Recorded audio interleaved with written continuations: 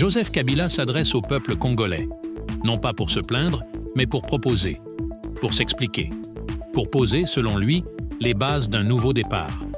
12 propositions, 12 idées pour sauver la République démocratique du Congo. Voici ce qu'il a dit, et voici ce que cela signifie. C'est depuis un lieu tenu secret que Joseph Kabila a pris la parole. Dans une vidéo sobre, le ton grave, le visage fatigué mais déterminé. Il commence par un avertissement. Notre nation est divisée, elle est menacée de toutes parts, les institutions sont instrumentalisées, le peuple est trompé. Il accuse sans détour ceux qu'il appelle les nouveaux parrains de Kinshasa d'avoir trahi l'intérêt du Congo. Mais il ne s'arrête pas là. Il tend la main. Il propose une sortie de crise en 12 points. 12 propositions qu'il qualifie de patriotiques. Les 12 propositions de Joseph Kabila. Première proposition, une conférence nationale de réconciliation. Joseph Kabila appelle à une conférence souveraine, rassemblant toutes les forces vives de la nation. Politiques, militaires, religieux, société civile, chefs coutumiers. Une table ronde pour écouter toutes les voix et réconcilier la nation. Deuxième proposition, une amnistie sous condition de vérité. Il propose une amnistie générale pour tous les acteurs politiques et militaires, mais seulement s'ils disent la vérité. Selon lui, sans vérité, il n'y aura jamais de paix. Troisième proposition, réforme de la Cour constitutionnelle. Joseph Kabila accuse la justice d'être aux ordres. Il demande la mise en place d'un organe transitoire composé de magistrats congolais et d'experts internationaux pour garantir l'indépendance judiciaire. Quatrième proposition, nouvelle commission électorale nationale indépendante. Il exige la dissolution de la CENI actuelle qu'il accuse d'être manipulée. Il propose une nouvelle structure composée majoritairement de représentants de la société civile. Cinquième proposition, fin de toute collaboration militaire avec le Rwanda. Joseph Kabila réclame un désengagement total de l'armée rwandaise du territoire congolais. Pour lui, la souveraineté nationale n'est pas négociable. Sixième proposition, accord de paix avec les groupes rebelles sous supervision africaine.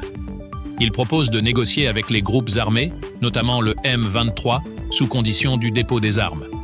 L'Union africaine et la Communauté de développement d'Afrique australe devront superviser ces négociations. Septième proposition, fin des sanctions économiques imposées par l'étranger. Kabila dénonce les sanctions occidentales qu'il considère comme des moyens de pression politique.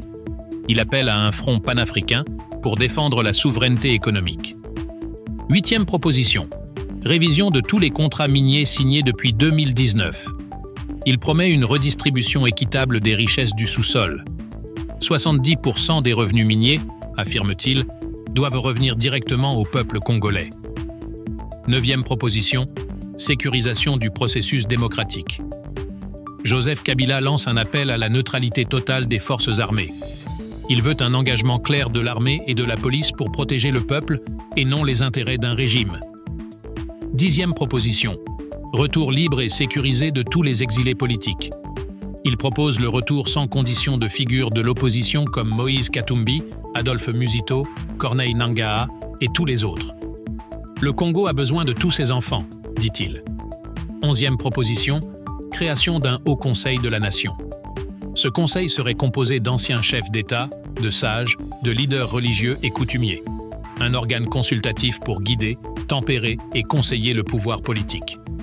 Douzième proposition, un référendum populaire sur ces réformes. Enfin, Kabila propose de soumettre ces 12 propositions à un référendum national dans les 6 prochains mois. Il conclut en affirmant « Ce n'est pas à un groupe, ce n'est pas à un homme de décider pour toute la nation.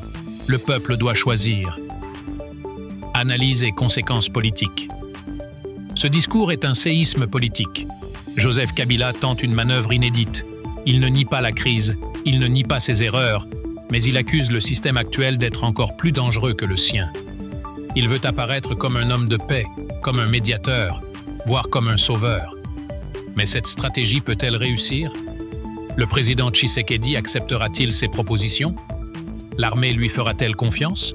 Et surtout, le peuple croira-t-il encore en Kabila? Car derrière ces propositions, il y a aussi un enjeu personnel. Kabila cherche à sortir de l'isolement, à retrouver une légitimité. Il joue sa dernière carte.